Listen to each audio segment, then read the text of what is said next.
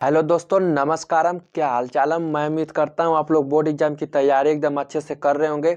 आप लोगों को विज्ञान में दिया था कि रसायन विज्ञान में इतना टॉपिक पढ़ लो और बोर्ड एग्जाम में अच्छा से अच्छा नंबर ला देंगे।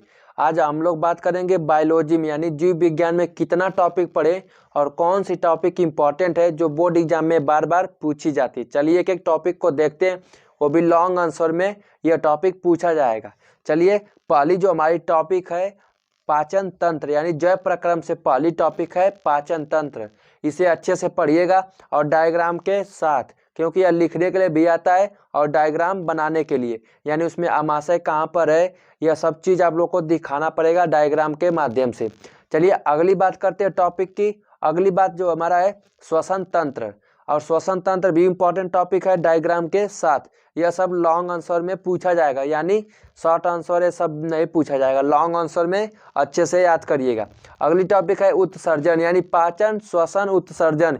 यह तीनों टॉपिक इतना इम्पोर्टेंट है, बार एग्जाम में पूछा जाता है। चलिए अगली टॉपिक पर बात करते हैं वाष्पोत्सर्जन, यानी पेड़ों में कैसे उत्सर्जन होता है वो आप लोग को डीपली में लिखना है। और अगली बात करते हैं पोषण, यानी जो हम लोग खाते हैं उस पोषण पे आप लोग को टिप्पणी अच्छे से लिखना पड़ेगा कि कैसे भोजन जो हमारे मुख गुहा से कहाँ से शुरू होता है, कौन कौन सा अंग से होकर जाता है भोजन, पूरा अच्छे से लिखना है। चलिए अगले टॉपिक पर बात करते हैं श्वसन और दहन, यानी इस दोनों में अंतर पूछेगा।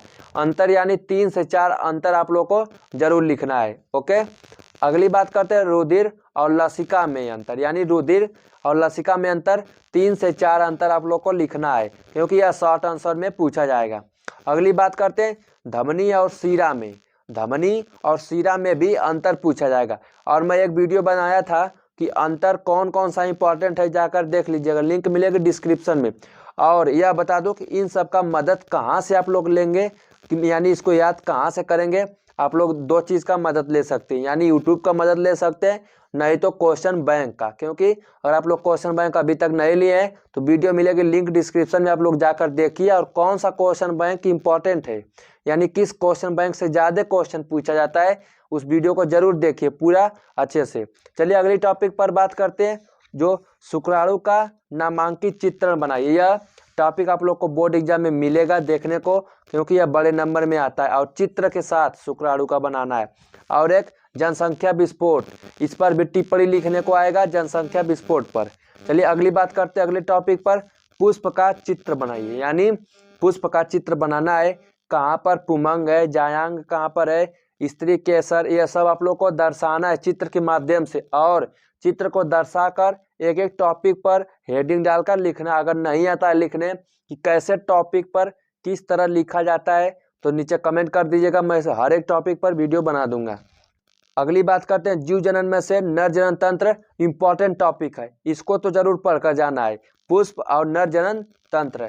एक बात करते हैं मादा जनन तंत्र को भी पढ़कर जाना है डायग्राम के बेस्ड, क्योंकि डायग्राम अगर आप लोग बायोलॉजी में नहीं बनाओगे तो नंबर नहीं मिलेगा, चाहे कितना हो अच्छे से लिख दो। आप लोग को बता दूं, अगर केमिस्ट्री और फिजिक्स में डर लगता है तो आप लोग बायोलॉजी से ही पास हो सकते हैं, क्योंकि बायोलॉजी में कोई भी क्वेश्चन नहीं रहता है, सिर्फ जितना याद करेंगे उतना नंबर मिल जाएगा। और फिजिक्स में तो न्यूमेरिकल पूछा जाएगा ज़्यादा से ज़्यादा, उसके भी वीडियो लाऊंगा कौन कौन सी टॉपिक पढ़ना है फिजिक्स में। परिवार नियोजन पे आप लोग टिप्पणी अच्छे से याद करिएगा कि परिवार नियोजन कैसे लिखना है पूरा अच्छे से। और अगली बात करते हैं डीएनए और आरएनए में अंतर, इन दोनों में आप लोग को अंतर आना चाहिए। अगर आप लोग को नहीं समझ आता कि अंतर कितना लिखे तो नीचे कमेंट करिएगा, बता दूंगा कि अंतर कितना लिखा जाता है, 3 या 4 कैसे लिखना रहता है अंतर बता दूंगा। अगली बात करते हैं टॉपिक पर मेंडल के अनुवांशिक नियम, यानी मेंडल ने कितना नियम दिया है यह आप लोग को अच्छे से पढ़ कर जाना। यानी 3 नियम दिया था, पृथक्करण का भी नियम दिया था, आप लोग अच्छे से पढ़ लीजिएगा, क्योंकि कभी कभी पूछ देगा पृथक्करण का नियम समझाइए, यानी मेंडल का नियम नहीं पूछेगा, बोल देगा कि पृथक्करण का नियम समझाइए, यानी यह मेंडल ने दिया था, डायरेक्ट पूछ देगा। मेंडल 3 नियम दिए थे, आप लोग अच्छे से पढ़िएगा। एक बात करते हैं लिंग गुणसूत्र, यानी इस पर टिप्पणी आप लोग को आना चाहिए। लिंग गुणसूत्र बायोलॉजी में देखो लिखने के लिए आप लोग को नंबर मिलेगा, जितना आप लोग अच्छे से लिखेंगे बनाकर उतना आप लोग को नंबर मिलेगा। यानी लिंग गुणसूत्र पर बस क्वेश्चन बैंक ले लो और पढ़ो अच्छे से। और जो आप लोग पढ़े रहेंगे वही जाके बोर्ड एग्जाम में उतार देना, बस आप लोग को पूरा फुल में फुल मार्क्स मिल जाएगा।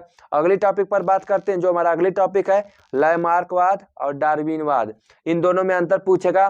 नहीं तो ये कैसे किए थे, पूरा इनकी खोज के बारे में अच्छे से पढ़िएगा, क्योंकि लैमार्कवाद की कहानी पढ़ लेंगे तो आप लोग लिख देंगे, और डार्विन का भी वही होगा। अगली बात करते हैं गुणसूत्र पर टिप्पणी। अभी बताया कि लिंग गुणसूत्र पर भी टिप्पणी और गुणसूत्र पर टिप्पणी आप लोग को अच्छे से आना चाहिए। अगर आप लोग इतना टॉपिक बायोलॉजी में कवर कर लेते हैं तो आप लोग को बायोलॉजी में अच्छा से अच्छा नंबर लाएंगे। देखिए बायोलॉजी में ही नंबर आप लोग ज़्यादा से ज़्यादा लाने की कोशिश करिए, क्योंकि जिसको फिजिक्स नहीं आती है, केमिस्ट्री नहीं आती है, वह बायोलॉजी में ही नंबर अच्छा से ला देगा। इसीलिए बायोलॉजी को अच्छे से पढ़िए। और केमिस्ट्री का दे दिया हूँ कि कौन सी टॉपिक पढ़ना है, नहीं देखे तो वीडियो मिलेगी लिंक डिस्क्रिप्शन में, आप लोग जाकर देख लीजिए।